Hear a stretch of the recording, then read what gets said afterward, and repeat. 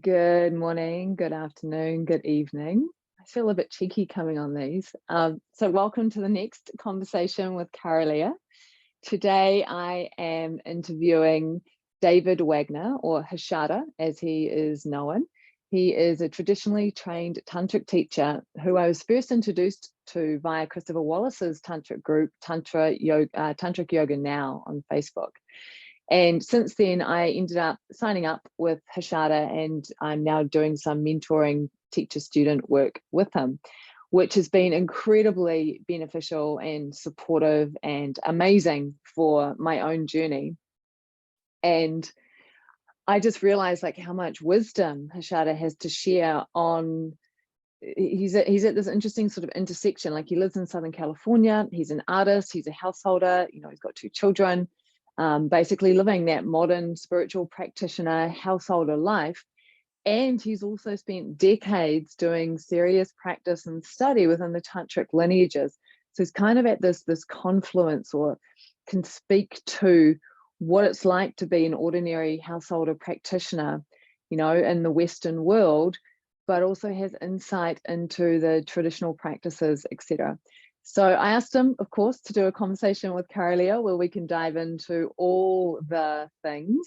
And I'm sure that you'll absolutely enjoy this interview. So stick around, make sure you stay right to the end, because of course I come on at the end and do a little bit of wrap up and reflection on what happened with the conversation. So settle in and enjoy the ride. Alrighty, so welcome, Harshada. Did I get it right this time? Harshada. I mean, I've been working with you for 5 months. You think I could pronounce your name? Yeah. Well, you probably never call me by my name. Yeah, Harshada is how it is. Yeah. Yeah. Welcome to Conversations with Kara-Leah. Thank you. I'm so happy to be here. Yeah, I'm really excited to talk as well. And I'm aware that, you know, my audience is likely not heard of you, don't know who you are. So I thought I'd start with a little background in terms of, I mean, you're living in California now, you're a father of 2, you're an artist as well as a teacher. How and when did you get onto the spiritual path? Like what drew you on? Long time ago. So I started really on the spiritual path when I was a teenager. I was living in the middle of the US in what we call the Midwest. And I got sober. I, grew up in a sort of addict alcoholic home.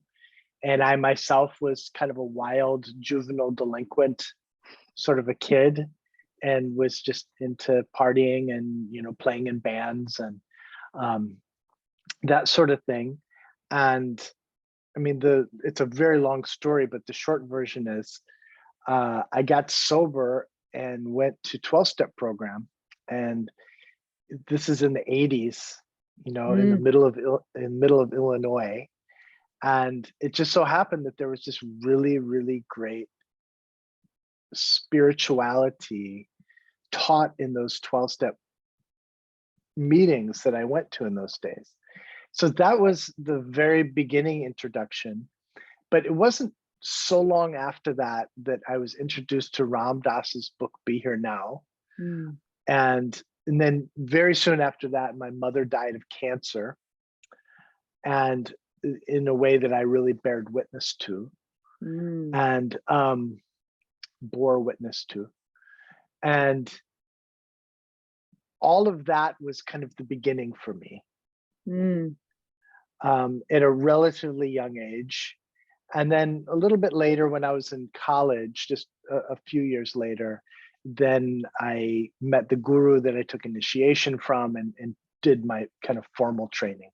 And who was that guru?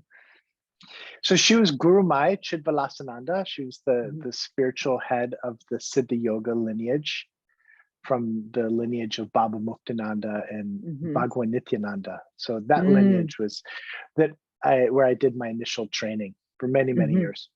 So did you actually go and live in her ashram? I did.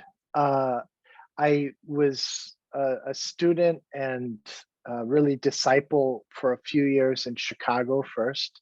And then I went onto her staff, which meant you lived at whatever ashram you were kind of assigned. So for about 10 years, I was in full-time service with her, including 3 years when I lived in New Zealand, interestingly.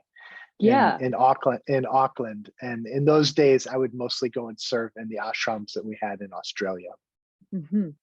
Okay, so 10 years of serving in the ashram. So when you're in New Zealand, was there an ashram here? No. Or right? There was a meditation center there, but I was part of sort of a global staff. So you were sent to New Zealand because of being part of this ashram, this particular lineage, or you chose? No. My wife at the time was from New Zealand, and that was just made sense for me to relocate to New Zealand for those years. So spending 10 years like on staff in ashrams, etc. What I'm guessing this would have been the 90s. Was that somewhat unusual in your social circle, or were other people that you knew well? What was that like? Like you must have had a pretty strong pull to do this thing that I imagine then was quite outside the mainstream. Yeah, I mean, I think that I've always had this tendency as a seeker, and now really as a teacher, to really gravitate towards the hardcore. And that was the most hardcore thing that was available to me at the time. And there really wasn't any thought about like social concerns or anything like that. I just knew almost as soon as I took Gurumayi on as my guru that that's what I wanted to do. I mean, I really wanted to be a monk, actually. If she would have given me a chance to take the vows of monkhood, I would have done that back in those days for sure. So what was it like then being in the ashram and having a guru? Like, do you fully surrender all free will as such? Like, what was that, right? Because people have all these ideas about what it means or doesn't mean. What was it actually like in the day-to-day? Yeah, well, our ashram and the way that Gurumayi was very worldly in a comparative way. Like we didn't wear robes or, in fact, we kind of dressed up. If you came onto one of the ashram campuses, you'd feel like you were at like like a tech company or something. I would wear shirts with collars and like dress pants, and always had a haircut, and always was well groomed, especially because my service that I offered was almost always somehow related to teaching and was somewhat public. So especially as someone who was doing public service, it was very professional, which I really appreciate so much. And some of my bosses, some of my supervisors were monks and monastic people, but there's a lot of work being done, a lot of service, because you'd have your main job, whatever that was. And for me, at first I was teaching hatha yoga, like physical yoga, and then I was brought into another area where I was just teaching Dharma for high school and college students. Teenagers and college students was kind of my thing. I was only 25, 26 when I first moved there, so I myself was still very young. But lots of meetings and creating curriculum and designing courses, and then all of the practice. You'd get up early in the morning to practice, and there's recitations to do and meditation to do, and it was all very optional in those ashrams. But so you could skip class, you didn't have to get up early and do the practice, or? No. The thing that you had to do was whatever your job was. Right. And then all the other things were optional. And I was surprised by that. I thought that, when I went to the ashram, it was something that I had longed for and something that I really had aspired to for many years. And, when I first started doing this work in that path. I was an art student. So, I was just, dating a lot, and I smoked cigarettes in those days, and ate meat and everything. And then I thought to live in the ashram, I needed to be celibate and vegetarian and super disciplined, and really, like, for all intents and purposes, a monk. And so I started living that way to some extent in Chicago beforehand, and really, like, stopped smoking and stopped eating meat and became very disciplined, and was even celibate for some time before I moved to the ashram. And then moved to the ashram and found out I was one of the only, especially one of the only younger people that was leading that lifestyle. It was kind of shocking. And also, I think because nothing was forced as far as doing practices. I mean, I had a lot of arrogance in those days too, but I just felt like people were very lazy. Like the other people in the ashram, I had a very, like, superior attitude about myself and about my level of hardcore. And I didn't see that reflected so much. So then when you're there and you're doing practices, how much interaction are you having with Gurumayi? Like, and how much is she kind of guiding your path? What was that process like? Well, it's that particular scene, it's a big scene. It's a worldwide sangha. And Gurumayi as a teacher is pretty removed in a certain way. You have a lot more of interaction with other senior teachers, like senior monks and other senior teachers. She would come and give talks and lead programs. And the idea was that everything that we were doing was curated under her supervision as the guru, and her authority, and her doing that on behalf of her guru before her. Many people on that path did not have and don't have a whole lot of interaction with her. I was very fortunate just because of the sevas that I had. I had quite a bit of interaction with her. So I did get a lot of personal guidance from her compared to other people. So then you obviously ended up leaving the ashram at some point. What precipitated that decision? Well, this is, like 10 years down the road. And at that point, I had lived out of the ashram, as I said, in New Zealand for some time. And then for the last 3 years, I had an apartment in New York City. And I also had quarters in the ashram in upstate New York. And I was doing global kind of things too. And just gradually, I started seeing that there was more opportunity for me to serve outside of that context than inside the context. And service was such an important aspect of my path that that was really the thing. One of my senior teachers and mentors was Sally Kempton, who in those days was Swami Durgananda. She was one of the monks that was really a mentor to me, and a friend, and just a beautiful kind of senior sadhaka that guided me a lot. And around that time is when she also left that organization and published her book and started teaching on her own and writing for Yoga Journal and that sort of thing. So it was kind of in that same moment and in that same movement. Okay. So in terms, because on your website it talks about how you're, classically trained in the wisdom traditions, etc. So that's what you're talking about. So when you were there at the ashram, were you being like trained as a teacher per se? Were there teacher trainings, or was it a different kind of, it was a different kind of path? I'll tell you a secret. I've never taken a teacher training. So how did don't tell anyone. Don't tell the Yoga Alliance. No, I was very, very fortunate in that I did all of my training as an apprentice, really. Yeah. Like going right back to when I was a hatha yoga teacher in Chicago. That was before there was such a thing as teacher trainings, first of all.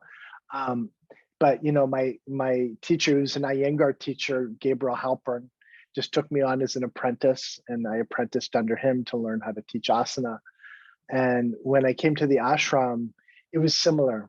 I just had the opportunity to work directly under senior teachers and take Gurumayi's teachings and the teachings from the different scriptures and traditions, and was just given a lot of rope and a lot of free space to learn how to teach by trial and error. I just taught so much. Early on, that first year that I moved to the ashram, Gurumayi sent me to India, actually, to teach, of all things. It's kind of crazy when I think about it now. Being like a 26-year-old white American kid, teaching Dharma in India, with another 26-year-old who was an Indian. But we were on the road, teaching almost every day for that whole period of about 6 months or so. And I just got a ton of practice and a ton of direct supervision and feedback and guidance, just from all of my senior teachers, and some directly from her as well. So was this the same ashram that Christopher Wallace was in, upstate New York, with Gurumayi? Yeah. So did your paths cross? Definitely. So Harish, that's his ashram name. Harish was friends with my roommate, Shashideva, and they were into playing Dungeons and Dragons. And so he would come over to our room and play Dungeons and Dragons with Shashideva. So I didn't know him that well, but he was in a technical department. He was in the kind of sound department. He was a sound engineer in those days. And at one point I had the seva of, when I say seva, that means like my job in the ashram. It's like, it means service, but we use it like a noun like that.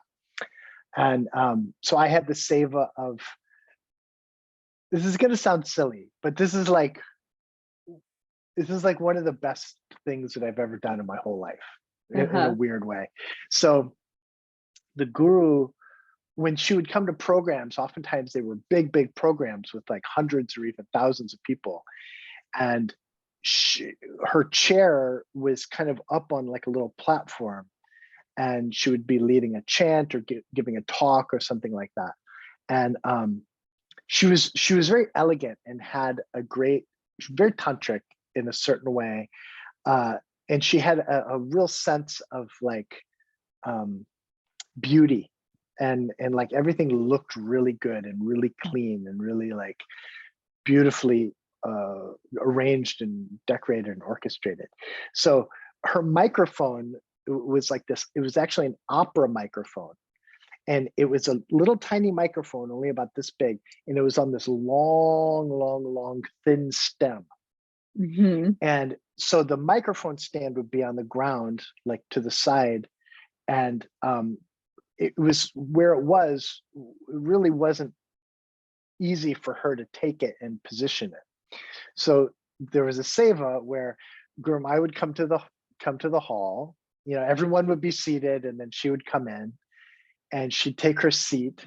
And then when she was ready to speak, she would kind of give a signal, and then someone would come and place her microphone, and it would have to be just right. And she was kind of particular about like who did things directly with her like that. And for some reason, I got that gig. I didn't have anything to do with sound or anything like that, but I had other sevas that were kind of around her. So I wasn't the main guy who did that, but I got to do it quite a bit. And it was this really cool privilege, because you get to go up like right by her seat. And oftentimes the seating would start a ways back from her seat, you know, just for like the sake of like people being able to see her, and, you know, just in the big halls. And you'd just sit there, and she would come, and oftentimes it'd be a long time before she would actually give the signal. And then sometimes the signal would be very, very subtle.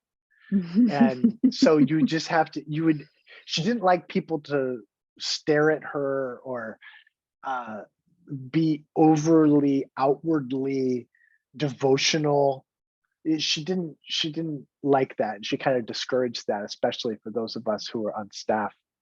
But this is like one seva where you had full permission to just stare at her and just like have that like open-eyed meditation on the guru. And then sometimes it would just be like, the gesture would be it would just be like, she would just like do that with her head or something, and that would be the gesture to come and give the mic. Anyway, so Harish was the person who showed me how to do the mic, because he would be back in the sound. He would be one of the people back in the sound room that was like, you know, doing the sound. So he was the one who taught me how to do it and had me come to the hall with the empty chair and practice doing it and all of that. So yeah, so that's kind of where we started our relationship. And then his mom, Surabhi, was my boss in different stages over those 10 years, because she was always like an administrator within that area where I offered my seva. It's funny to talk about all this. Yeah, it's interesting. But Harish and I are still good friends. Yeah. Well, I mean, that's how I discovered you, was in his Facebook group, Tantric Yoga Now. It's interesting, when I listen, I notice part of me is like, oh, it sounds a little showbiz, or it sounds like she's really controlling. Like I can feel my kind of, I don't know if judgment is the right word, you know, but like kind of perceiving the scene, and the part of me that wants to almost push back against it and be like, I don't know if I'd handle all that. I don't know what that would be like for me. When you were I don't think you'd handle it. I don't think it would be your cup of tea at all. Yeah. What was it like for you? Did you have misgivings about, you know, ever concerns that you were in a cult, or misgivings about how it ran, or? No, I mean, well, I shouldn't just say flat no. Early on, I feel very fortunate and very grateful. Somehow early on, I just got it that, and you'll hear me teach about this oftentimes, where I talk about the baby in the bathwater. That in any spiritual scene, there's baby, and there's the, you know, you don't throw the baby out with the bathwater, that expression. There's always the bathwater, and there's always the baby. So there's always like the valuable thing, and then there's whatever the context is around it that may or may not be valuable, that may in fact be quite toxic and completely distracting to the valuable part, you know. Any scene has that though. Every scene has a baby and bathwater ratio. And I just decided early on that this organization, it's a big organization, and as such, it's going to have a lot of bullshit involved in it. But I believe in the guru, and I believe in the lineage, and I'm only here for one thing. I'm here to be a disciple, and I'm here to receive the teachings and to receive the transmission that's going to lead to my freedom. And that's going to be there whether I'm in this sort of global organizational kind of posh. The ashram was kind of posh, you know. It was like very, like, a lot of people would be turned off by that. I personally really wanted to have more of like a tribal kind of experience, you know. And so that was very confronting for me. But right from the beginning, I was there to be confronted, because I knew that having my ego and my preferences and those things challenged was part of the game. And again, I'm so fortunate because I always had mentors. I always had these like monks that had been around before Gurumayi, that were there with like her guru. and that had seen so much bathwater and so much bullshit over the years. And the ones that were still there when I came had been through many, many layers of test and many, many layers of that. And so they were like baked, but they weren't brainwashed. You know what I mean? It's like they had persevered, and they were the ones who really were able to like give me that mentoring of how to do that myself. So when you say that you really believed in the guru and you believed in the lineage, do you mean the guru as a person, or do you mean like the guru tattva, the guru principle? Can you? In the beginning, I didn't understand the guru tattva, not really. So in the beginning, it was the person. But then gradually, and this is how the guru works, gradually, can I geek out on Sanskrit here a little bit? Go for it. Please do geek out. So, yeah, let's go geek. So, all right. So there's this idea of saguna and nirguna. So in Hinduism, there's like Hindus that are saguna and Hindus that are nirguna in their orientation. Saguna means with form, nirguna means without form. So a saguna Hindu relates to Ganesha or Krishna or some goddess or some form. That's saguna. So then that's what they relate to. A Hindu or an Indian mystic that is more nirguna oriented, they relate to the formless absolute. They, you know, they relate to like Parashiva that permeates everything, or Parashakti that permeates, you know, all things. So in our path, we understand that both are totally relevant, but that really the saguna, the form, is just a form of the formless. And so we connect to the form for the sake of getting to the formless. And that's what really happened in my relationship with the guru, where in the beginning, it was like just her and maybe like the gurus of our lineage that came before her. And then gradually I was able to have this kind of abiding connection with her spirit or something.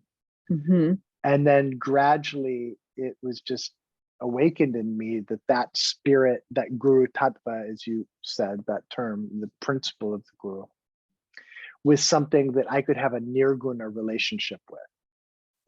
That could flow through her, it could flow through the siddhas in her lineage, but could also flow through, you know, other great beings. It could flow through nature if I'm in the space of discipleship.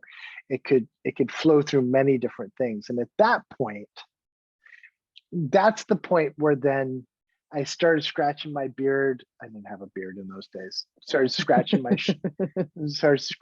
face and thinking, this is kind of lame. Why are we doing this way? And like, and at that point also, I was like a senior guy kind of in the organization.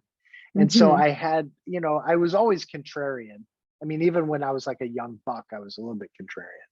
But by the time I left, I was very much like, guys, come on, this is goofy. We shouldn't do, we're acting like a cult. Come on, let's not do this. Like, I don't believe in what we're doing. You know, I started speaking up, and then at a certain point, it was just like, well, why am I still here when actually I could probably serve so much more over here?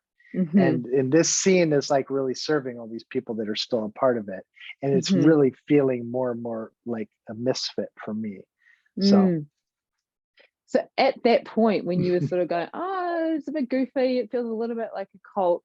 I don't know timelines on this, but so Muktananda, who was Gurumayi's guru, in the last few years, there have been some revelations come out in terms of sexual abuse of young women, in particular in his later years. So were you aware of that then when you were leaving, or was that known? No, I mean, that was always sort of known, and we had a party line that we sort of believed. And I still, to this day, I don't know. Like, almost nobody knows, because like there aren't almost any first-hand accounts of anything. They're all like second or third-hand accounts. I have an understanding of it now. It was almost like, no, but that didn't have anything. It wasn't like I left like that. You know what I mean? It was just that, like, at first I just resigned my position on staff, you know, with her blessings. I wouldn't have done it if she told me to stay. And started teaching on my own. But that, in that scene, in effect, really creates a lot of separation in and of itself.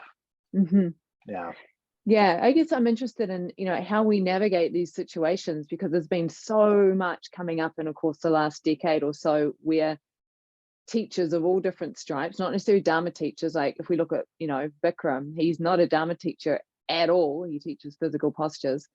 But yeah, how do we navigate when revelations come through of things like sexual abuse, where it comes back to baby in the bathwater? Because one of the party lines that I've heard is that there's a corruption that happens in the teachings, and you have to throw the baby out with the bathwater. You can't continue to work with teachings and practices if they've been transmitted by someone who was abusive, for example.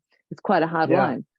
But I think that there's also a spectrum, you know. Like, I think that, and you know, what I saw in our lineage was that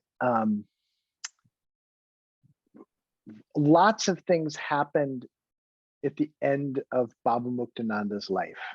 All of this that we're talking about happened like when he was old, and actually it seemed like he actually had some kind of brain dementia. It was post-stroke, wasn't it? Yeah. And there were some of those things, and it wasn't, I mean, since we're talking about it, it wasn't like he was just fucking, you know. He wasn't like a young guy. He wasn't like Bikram, who was just like fucking people and Raping like having people. relationships on the side, raping people, all that kind of stuff. It wasn't like that. It was some weird other thing that was happening that was sexual in its nature. And because of the power dynamic, it, you know, it could be considered abusive. And because it's never been acknowledged, you know, there's like layers of shadow, but there are also like layers of, there's like spectrum of those sorts of things. Whereas you have a situation like Yogi Bhajan, who made up the whole thing, made up his whole, you know, he's a charlatan. He made up the whole Kundalini yoga thing, and wasn't just doing some like strange boundary things. He was like having his, I don't even want to mention it, but like really like violent assaults. And so there's like a spectrum. And so like I would say that makes the teachings that came from Kundalini yoga illegitimate. But then I say in my lineage, that thing was like this weird aberration. But the thing is, it's like, what am I going to do? Am I going to say that like everything that I do is like invalid? It would be very hard for me. See, this doesn't like if I had a manager or a PR person or something, they would never let me get into all of this. But like, truth be told, there's like very, very, there's a huge conflict of interest for any of us to disavow where we come from, because then what are we going to do? Like all of these people that make money doing Kundalini yoga, you know, we say, oh, but they never spoke out against Yogi Bhajan. Well, what are they going to do? What else are they going to do? If they speak out against Yogi Bhajan, they're speaking out against their own thing. And then what are they going to do? Get a job?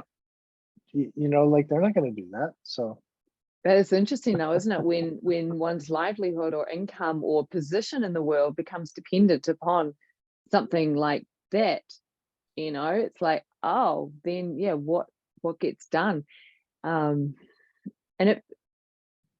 like feeling into this feels important. Like, how do we as modern practitioners in this, like, I think Dane Thomas interviewed last week, he called it the swamp of the new age. It's like, how do we navigate as students? And, you know, is the guru disciple role even applicable now to modern householder practitioners? Is that a reasonable thing to do, or how do we find our way? What? I mean, I think about this all the time, and as you know, we talk about this. I think that it is applicable, and I think that it's very different than it has been in previous generations. I think that the time of people like joining a scene that has like a charismatic guru is probably done. I think that that was like a patriarchal model. I think that that was a medieval model. It was a pre-industrial model. It was definitely an Indian model. And outside of all of those contexts, it doesn't hold up, and it's not holding up. I mean, we just heard about Satchidananda. I don't know if you saw this, but like people have been calling out Satchidananda for a while, but a big like definitive thing against Satchidananda from Integral Yoga has just come out recently. One after another. You know? So is it systemic? That's what I wonder. Is what's being pointed to isn't necessarily the failings of the individual teachers, but it's pointing to something that systemically doesn't serve anymore? I think that it's both, actually. But anyway, coming back to like getting out of the problem into the solution. I think that now seekers, if you're not a hardcore seeker, forget it. You don't need a guru. Just stay away. Just stay away from the whole thing. Like get a picture of Ramana Maharshi if you want to have something like that, or like Anandamayi Ma, and leave it at that. If you're a hardcore seeker, you need to have a relationship with the Guru Tattva. Because if you're a hardcore seeker, you have to be a disciple. And so, because that's the thing. But I think that the modern or the contemporary disciple has to be omnivorous in terms of where they're sourcing that Guru Tattva. Because people will, you know, they'll need like some kind of a sadguru, and I don't mean the person sadguru.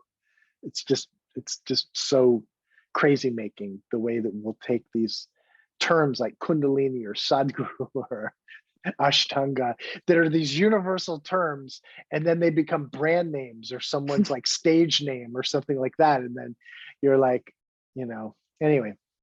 But a guru that is like teaching Dharma and teaching the path of awakening, you need someone or someones like that. But then I think most modern seekers need to be in therapy also. And that's part of the Guru Tattva.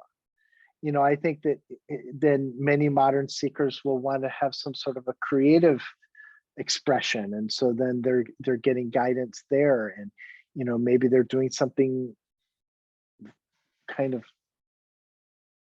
sophisticated with their physical experience, their body. And so then they'll source that from there.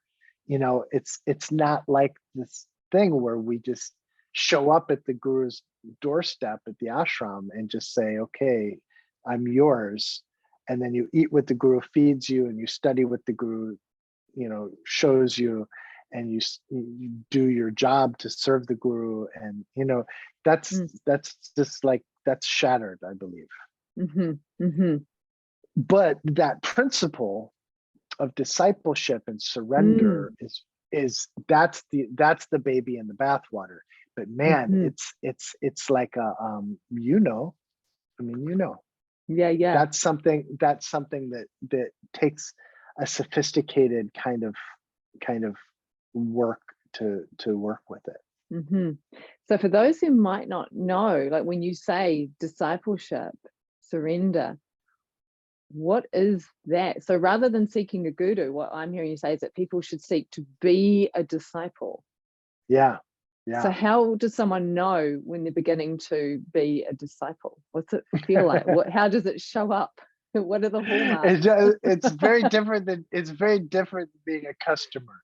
See, this is the thing that I like, Yeah. that Dane talks about, the swamp of the new age. It's like it's an industry, it's a commercial industry that's made up mostly of entrepreneurs, mostly of self-employed entrepreneurs, mostly of very, very undertrained, unqualified self-employed entrepreneurs, myself included. I'll include myself. Compared to my teachers, I'm like an infant. But anyway, that all want our business. Mm. And so they have this vested interest in us coming back. They want us, first of all, they want us to come. And then once we come, they want us to come back. And benefit of the doubt, they want to serve us. They want to help us. Okay. But also, if we don't come back and let them serve us, they're going to have to like get a real job. Mm-hmm. And so then that puts a big wobble into this whole thing. Mm. Because in commerce, the customer is always right. Right. Uh-huh. So what do you want? I want, Banana Sunday. we have red cars and we have blue cars. What do you want? Well, I want a yellow car. Okay, we'll come back next week. Here's a yellow car. And so then I've seen this happen again and again and again over the past couple decades, because I've been doing this for a long time now. I separated from the ashram in 2004. So I've been teaching since 93, 92, 93, and separated from the ashram in 2004. And have just seen this happen where, the customer is always right. So then everything that's available is catered towards getting people and keeping people. Whereas traditionally, it's the opposite. Traditionally, the customer is always wrong. I mean, traditionally in spiritual teaching, you're there because you don't know. And also traditionally, the guru will always say, no, go away. Like, fuck off. Like there's just like, that's the traditional thing. It's like the seeker comes, it's like, will you please teach me? It's like, no. I'm too busy. You're not ready. No, go find something else. You should just stay away from this. Just go have a nice life. Don't even mess with these teachings, because they're gonna scramble your eggs. You don't want this. Totally. And they'll please, no, just how can I prove myself to you? No. They're like, what? And so now it's the opposite. Now it's like, let me make a 5-second TikTok video so that people will click on this and then come to this. And then this thing is popular. So let me do, sound bath. That's popular. And then maybe if, they click this and they come to a sound bath, then, maybe they'll sign up for this other thing. And then they'll sign up for this other thing. And then they'll sign up for this other thing. And within that, things really go sideways. And the discipleship thing, especially, because then it's not like, this is a mythical idea, but it's there. The mythical idea is this, like, a saint walks through your village or something, and you see them living in this, state of oneness. And all of a sudden, you just realize that you have this desire to yourself be in a state of oneness. Up until that point, you didn't even know. And now you see this, they're singing a song, or, like somehow they're expressing the teachings. And then you think, will you teach me? Will you take me on? Like, because this one opportunity is there. And now it's just like we're fighting for people's eyeballs and attention and telling them that they should want what we have. You know what I mean? We're selling fucking margarine now, and we're saying, oh, you know what your problem is? You think that your problem is this, but your problem is really spirituality. You really need spirituality. That's what you really need. And my spirituality is this price, and it's like fun, and we're going to do it in a nice place. There's going to be beautiful people. Look at all the beautiful people that are going to be there. It's totally upside down. Up. Yeah, it's tits up.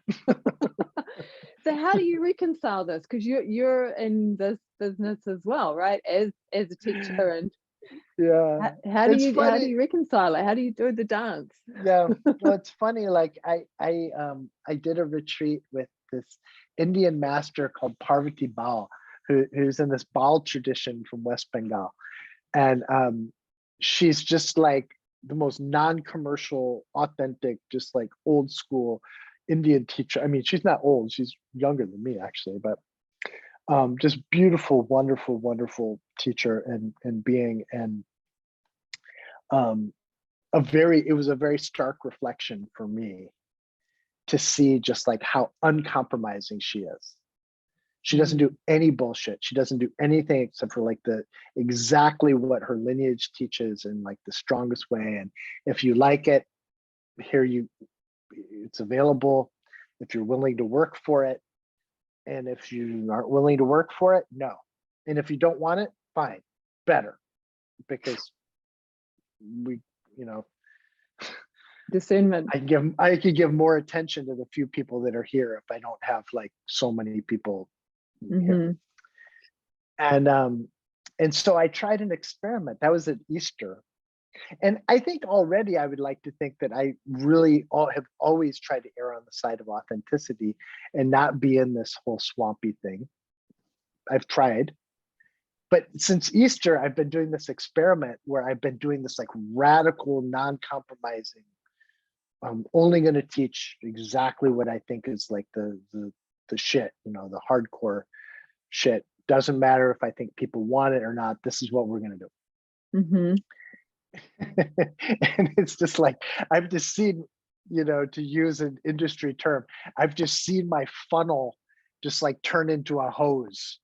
It's like, so it's narrowing, like, however many thousands of people before, it's like, and now I'm back to the thing where I'm thinking like, should I do a gong bath or something? Like, what do I need to do? Do I need to like, so, I think that there has to be, this is intense. I don't think people are going to like to hear this. Awesome. But, I talked to a traditional Vedic priest one time. And, even like that tradition is something that has become pretty commercial in India in many ways. And he was saying that in traditional times, the priest of a village or a community, they would support their family through the offerings that would come to them. People would have them do a ceremony, and in exchange, they would give them some offerings, or they might give them some money. But in traditional days, it was usually like offerings of stuff, food stuff, and whatever. And he said, so if there were a lot of things happening and a lot of things coming, then they would have abundance. And if people weren't coming, then they would fast. And that is something that is a very strong and bitter medicine that I think is the medicine.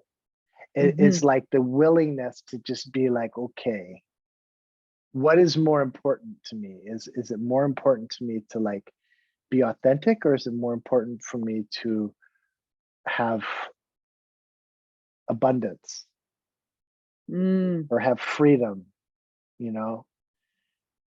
and it's tricky, and it's not so simplistic, like I just think about like this thing of when I was doing more online offerings, and they started doing like market research, and they would say, well, the really popular meditations, Harshada, are the 5-minute ones.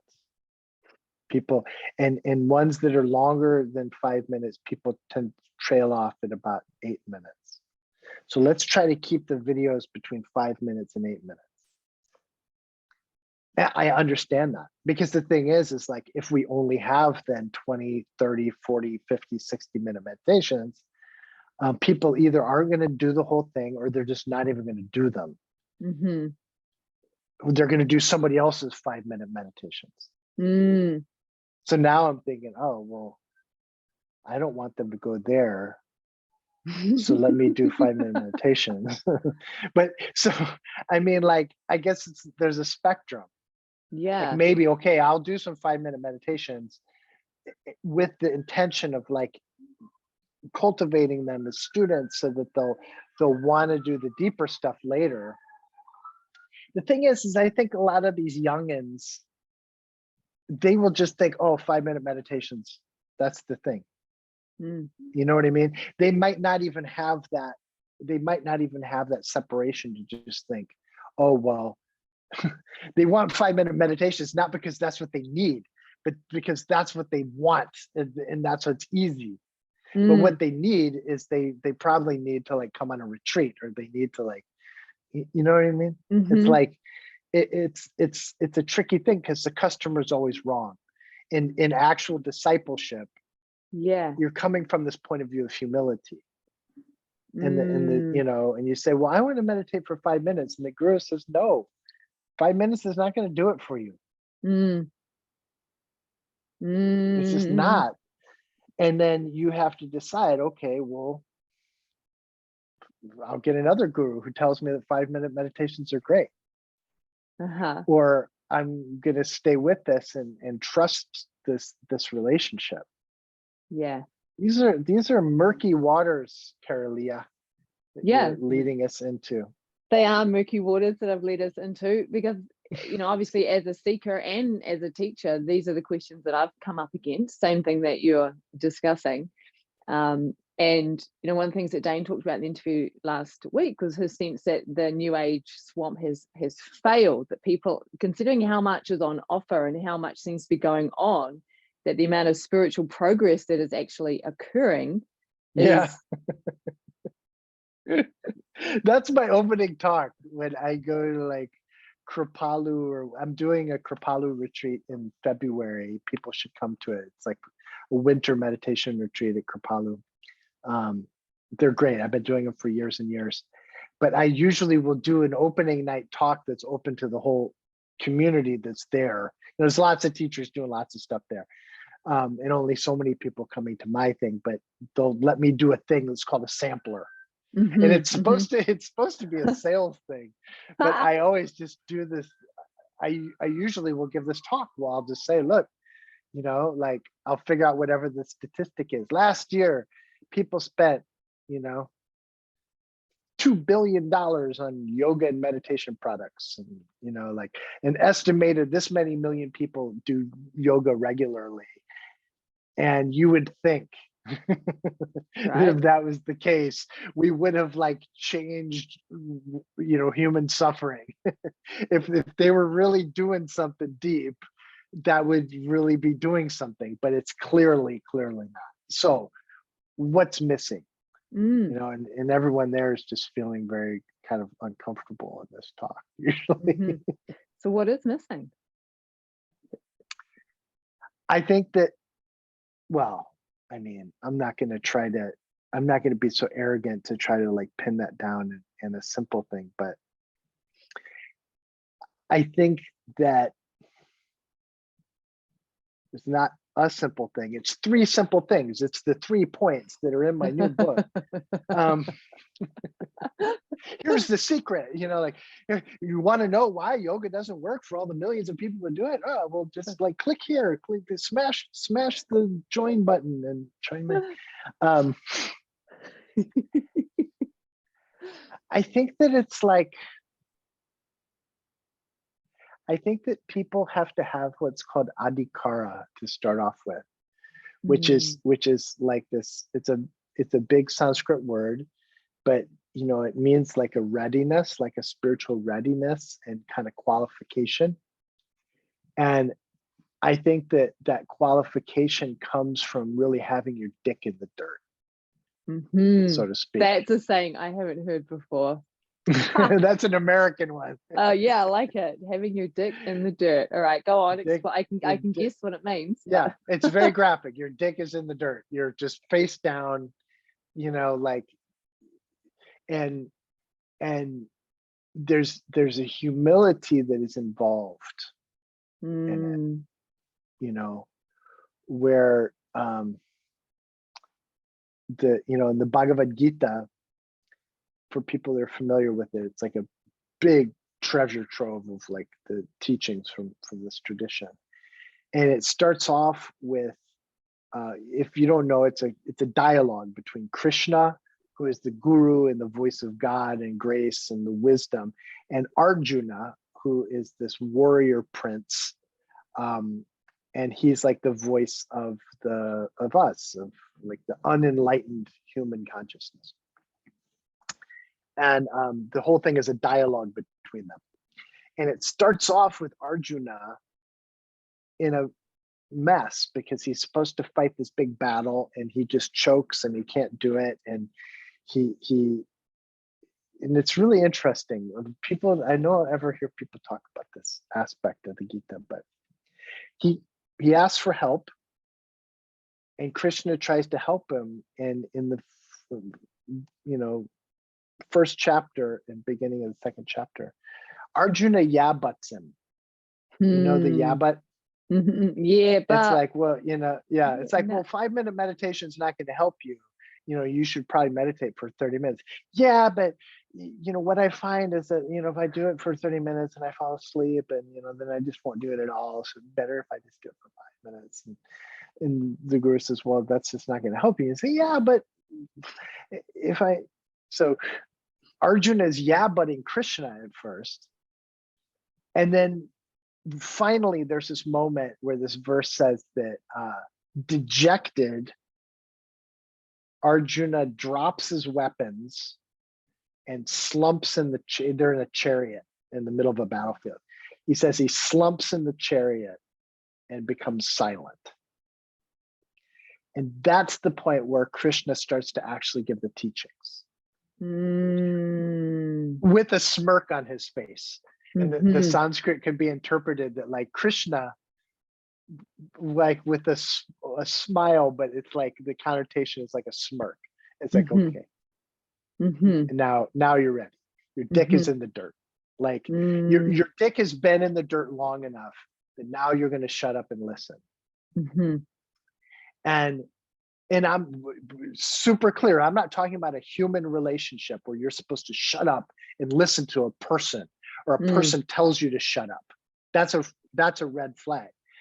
I'm talking on an archetypal level. I'm talking on the tattvic level here, where you shut up and you listen for the guidance in whatever form it's going to come, and you follow it, and you're willing to come out of your comfort zone, and you're like that's a whole other thing. And for that, you can't do it alone, I believe. I believe that you really need support. And that's one of the things that I offer. And I feel like, I've offered it for years and years, and I feel like maybe right now I'm actually qualified to offer it. I don't know if I was qualified to offer it when I was 35, but I was doing it when I was 35. But I feel like at this stage, it's like a lot of like yoga, a lot of people, they've been teaching yoga. They've been like yoga students for years and have been kind of bouncing around with this stuff on their own. And they don't really know what it's like to just have somebody like talk to them and say, well, why don't you do it this way instead? Or I see this in you. Why don't you try to see that in you too, and get back to me and let me know how it goes. And that's one of the things that I really like to offer for people, to whatever, Mm-hmm. humble way that I can, assuming that they also are getting the other support that they need. If they need to be in therapy, they need to be in therapy. If they need to get sober, they need to get sober. If they need to, whatever they need to do, all that kind of stuff. But for that conversation, I can help them. So what I'm hearing you say in terms of like issues with the new age swamp per se, is that as a seeker, what I should be attuning to or seeing if I can notice is the part of me that goes, yeah, but when life is offering me feedback or guidance, and I should attune to that with curiosity, those moments when I'm like, yeah, but, and go, oh, wait a second, what would it feel like in this moment to go, yeah, and yeah and to sort of like want freedom